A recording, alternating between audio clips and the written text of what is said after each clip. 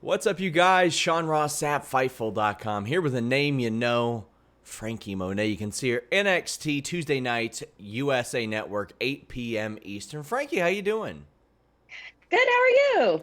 I'm doing awesome. You've had, man, quite the year. A big change in your career, a change in your name, so to speak. How has the adjustment been for you as you're a place where a lot of people have hoped to see you for quite some time? Everything has been just honestly just wonderful, and I feel like it was time for this kind of new evolution to occur within me and within my career, and it just fits perfectly with here at NXT, and I'm just having a lot of fun creating this new character that is Frankie Monet, and honestly, just being that same person I was before, but just shined up a little bit, I should say.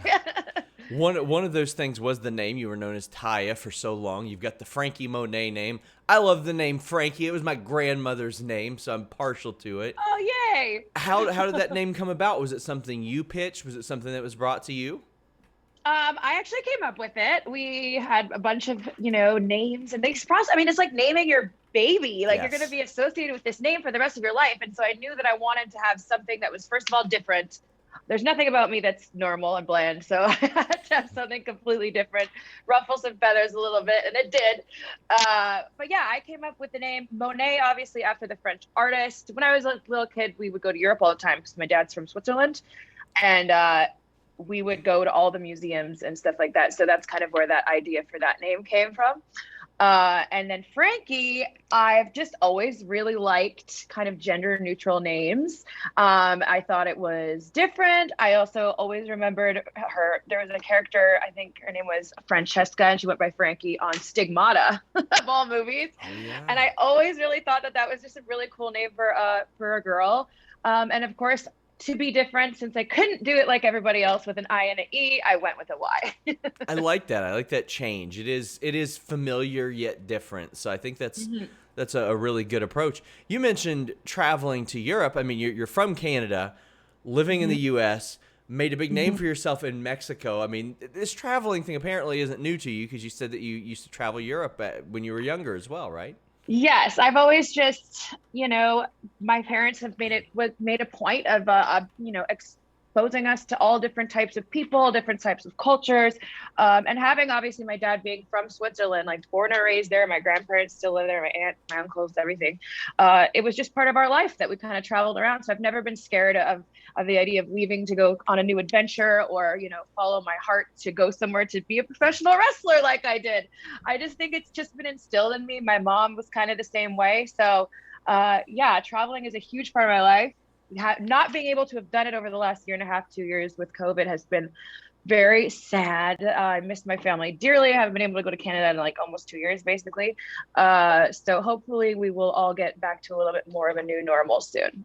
Hopefully so. And you mentioned following your heart, going places, and new adventures. You've had one this year coming to WWE.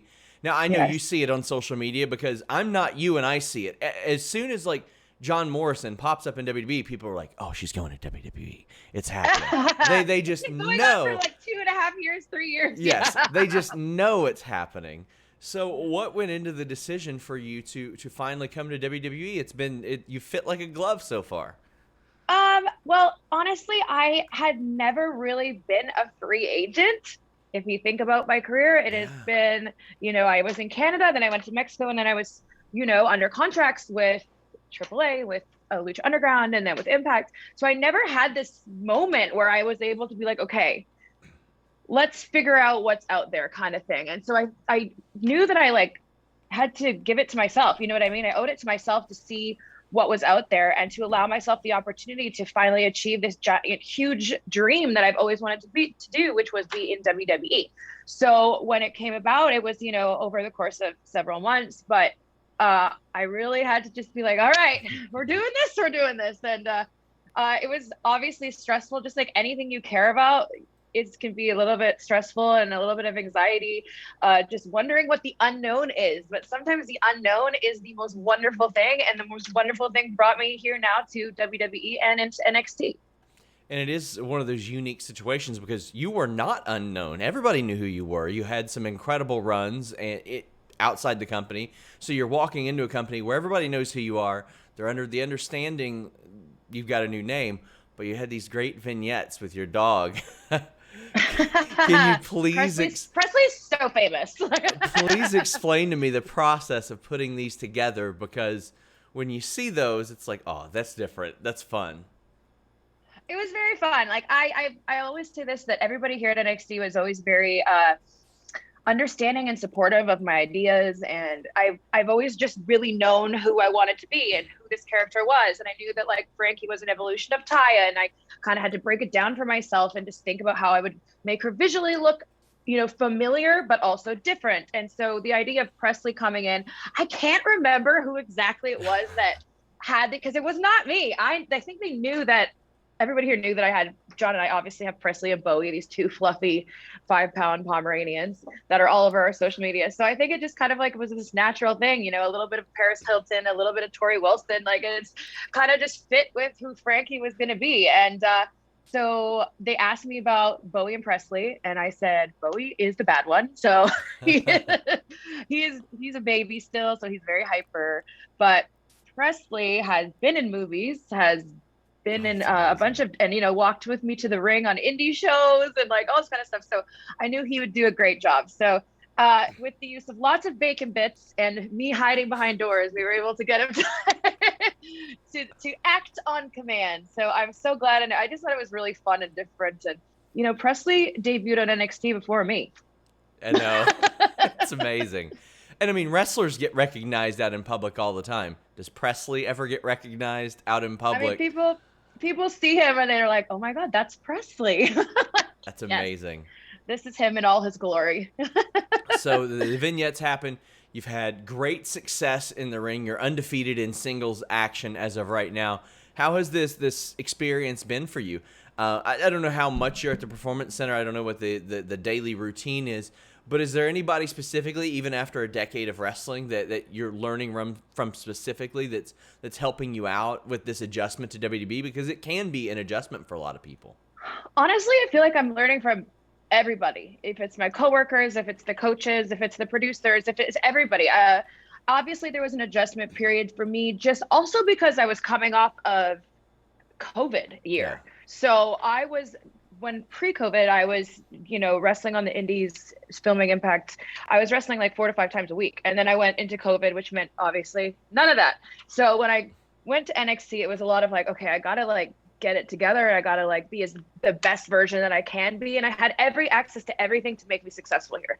You know what I mean? I have the best people at my fingertips waiting to, you know, give and share their knowledge and also just let me pick their brains about stuff. Yes, there's things that are different here, but I feel like I fit in perfectly. I feel like it's part of my growth as a performer and as an artist to have these kind of moments. And so I'm just really thankful that I have so many people here that are, you know, as sports entertainers that I'm learning from all over the world, because there's people from Europe, there's people from Mexico, there's people from South America and Japan.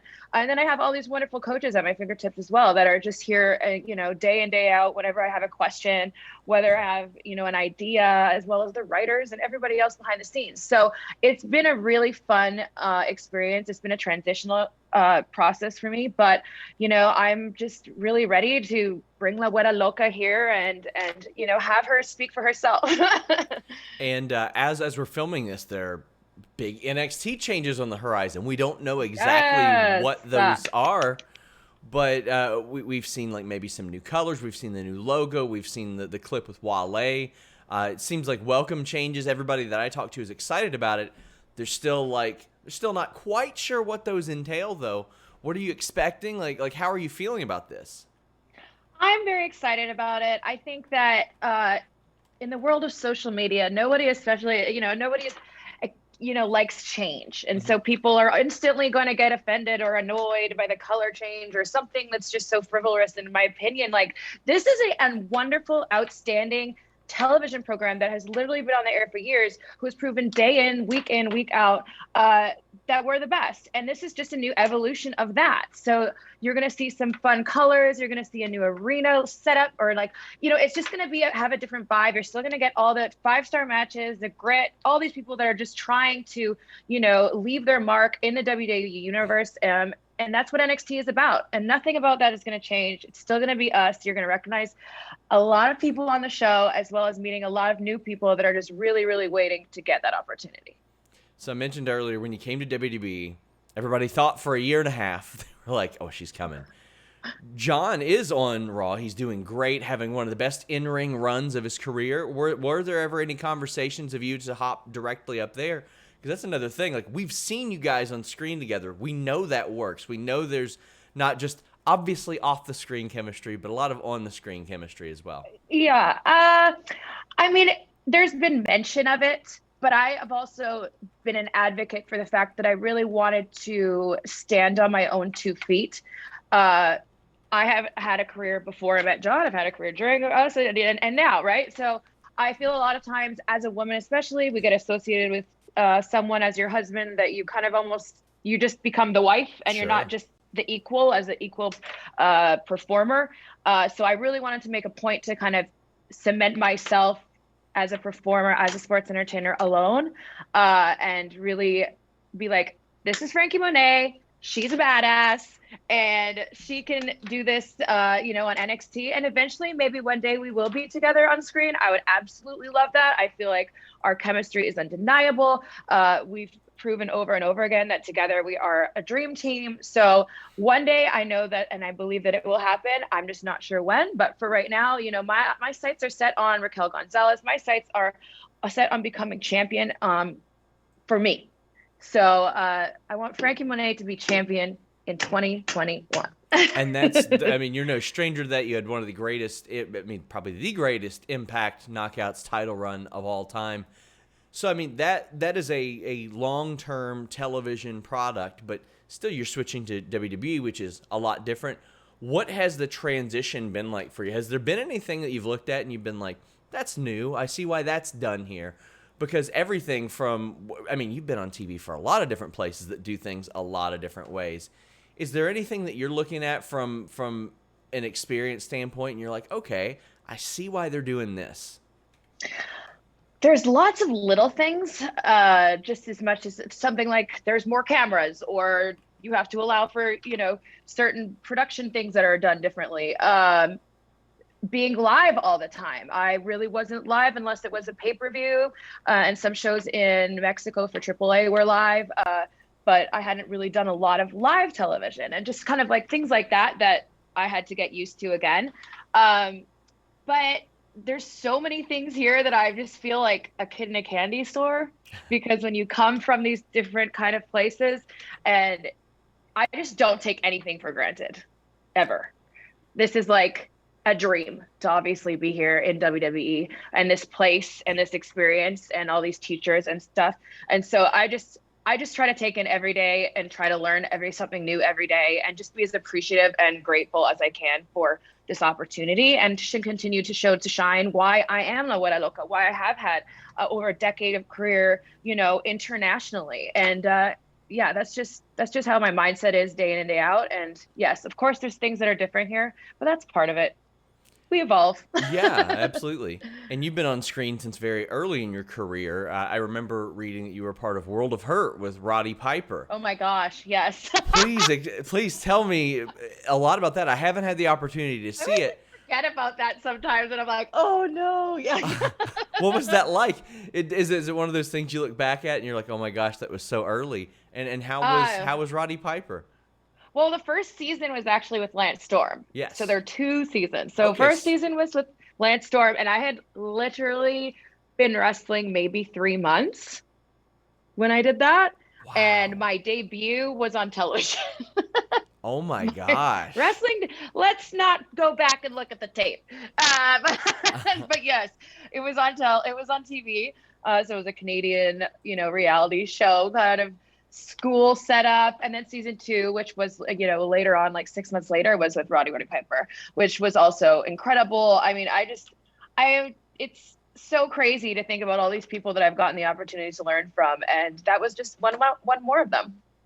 Man, that is fantastic. Like as I was looking this up, I was like, oh my gosh, I got to go back and watch that. But now you're saying maybe don't. Oh, I'm adorable.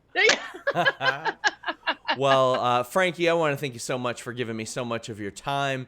Every Tuesday night, 8 p.m. Eastern on the USA Network, you can see Frankie Monet doing her thing. Frankie, thank you so much. No, thank you so much. And I'm excited for you guys all to experience this new NXT 2.0 and this new era that we're bringing in all together. So catch us on Tuesdays at 8, 7 Central on USA. Until next time, guys, we're out.